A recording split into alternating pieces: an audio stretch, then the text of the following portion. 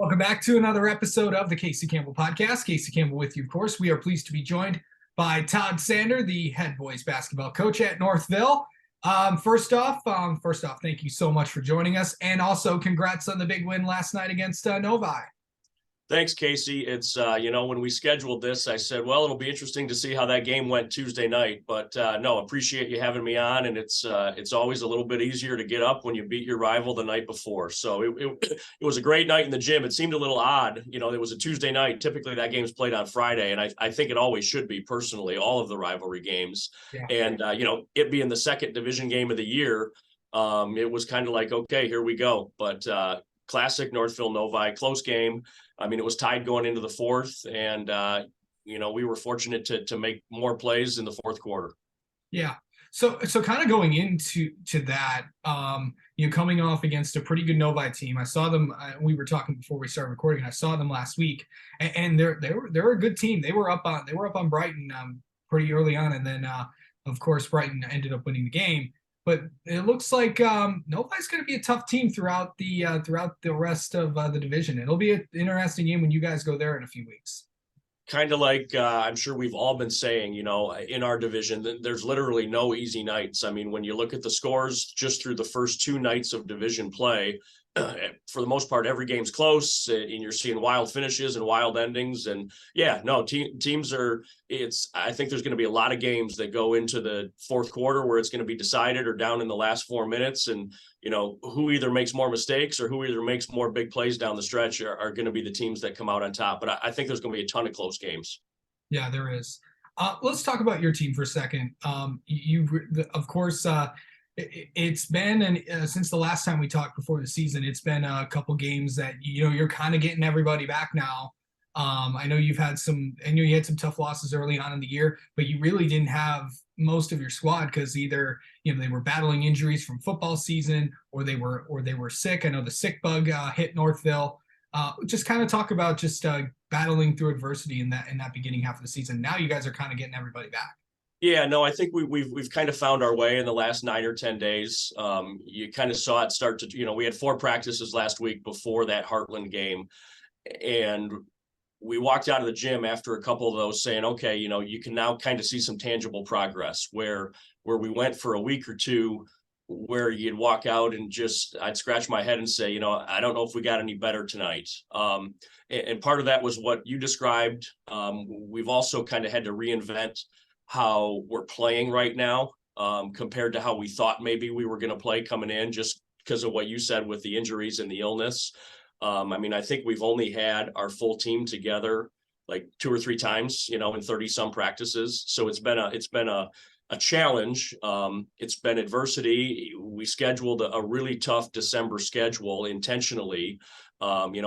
Obviously not knowing that we'd be so mismatched and be missing so many guys. And, I credit our team. We've got great seniors. We've got great juniors. We've got a great sophomore, but the seniors have kind of held this together. Nobody likes to lose. We finished 2022. We got beat by 25 by just a fantastic Ann Arbor Huron team. We played, I would say, a good 20 minutes in a terrible last 12 minutes. And, nobody wants to get beat by 25. But I really think taking some of those lumps early and getting beat up on, it's hard for that 3 weeks, maybe when you're playing, but I think it's going to serve us well in the long run as we get into the division. Yeah. And of course, let's kind of talk about some of those guys. When you look at what Carlos has been able to do, and also what Justin Huang has been able to do. Obviously, Justin came on this channel not too long ago, and one of the biggest things I took away from talking with him was just how much he does outside of basketball. He's a 3-sport athlete, plus he also is. I think he plays 2 instruments too. Yeah, he's a great kid. I mean, we're fortunate to have all great young men. But yeah, Justin, he had a decent start. Kind of went through a typical slump that a lot of new varsity guys have. And we're asking him to do things. We all know he could score, but that's not good enough the way that we play. We demand that you play on both ends. We're a little bit undersized right now, so we're asking him to guard interior players, which I'm sure he's never had to do ever in his playing career. We're asking him to be one of our primary defensive rebounders, which, his length and athleticism he can do. But again, he's typically probably only been asked, to put the ball in the hoop. And now we're asking him to do all different kinds of things. And there's been a process associated with that, but he's doing fantastic. Talk about Carlos for a second. He's really of course, he's somebody that you mentioned that could be an impact player for you guys, and he really has. Yeah, he had a little bit of a slow start for some sickness and injury too. So it took him maybe 10 days later to kind of find his footing. But no, he's really come on, and I give him credit. He last year with Matt Gorski, Carlos was kind of option number 2. And, now he's basically option number 1. So he's going to draw a lot of attention from the teams in our league, especially as we get, the second time through the division and deeper into the division. But we've challenged him too, that he's given it. It started the last couple of games. He's got a lot more to give us on the defensive end too. He can be a great rebounder the way he leaps. But yeah, he and Justin are learning to play together. We've got 2 point guards that, want to push the ball and want to find those guys and get them open shots. But no, it's been fun to watch kind of our group really excel and grow over the last, even like I said, 10 or 12 days. Okay. And you talk about some of the guys that, were also battling coming off injuries from football, guys like, Max Anderson, Nolan Thomason's really putting in minutes for you as well. Kind of talk about those guys and really just really the rest of the guys that, also that come off the bench really have just been grinding out there for you guys. Yeah, so Nolan started all but 1 game for us as a junior last year, and with his late start, that thrust Cullen Foley into the starting lineup this year. And Cullen's a tremendous competitor and is awesome. We got Nolan's first game action back was a Tuesday night. I think it was December 20th when we played Livonia Franklin and we got beat. And Nolan literally had 1 practice under his belt the night before, the Monday the 19th. And Nolan was our best player that Tuesday night. Just the energy that he brings. He offensive rebounds the ball. He's a tenacious defender. He takes pride. He's unselfish.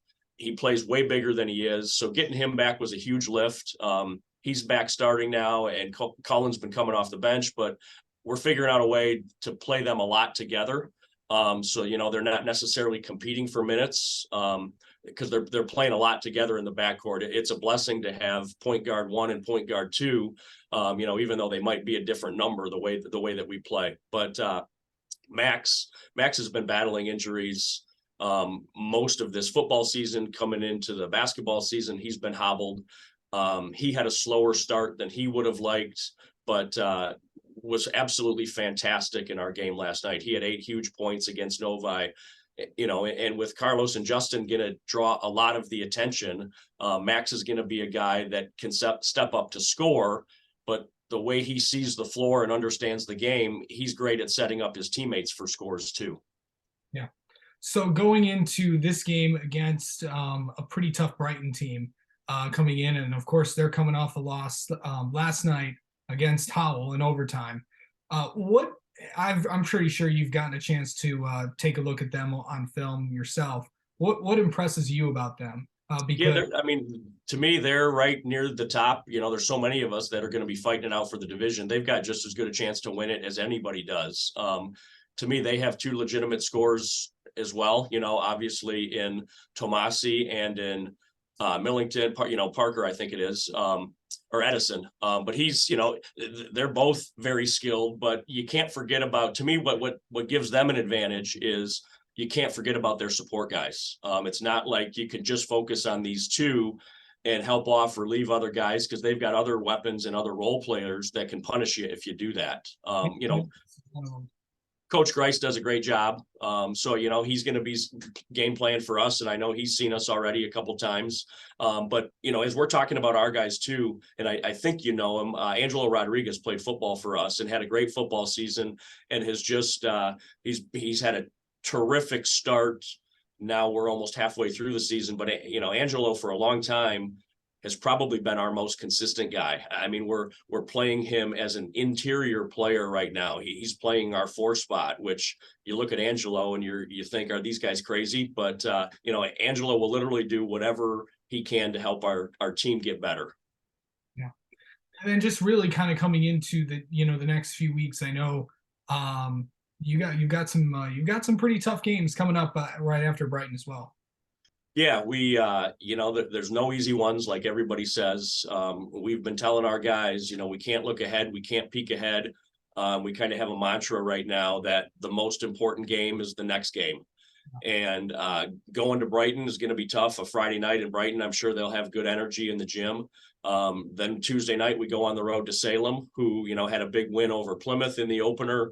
Got clipped on, you know, they got beat on a half-court shot last night. So I think their kid, I think Pryor went off for like 33 last night. You know, and then we host Howell next week, and our games with Howell are always a war. So no, there's every night's going to be tough. Every night's going to be tough. Yeah. All right. Well, Todd Sander, thank you so much for taking some time to talk, and best of luck on Friday against Brighton. Awesome. Thanks, Casey.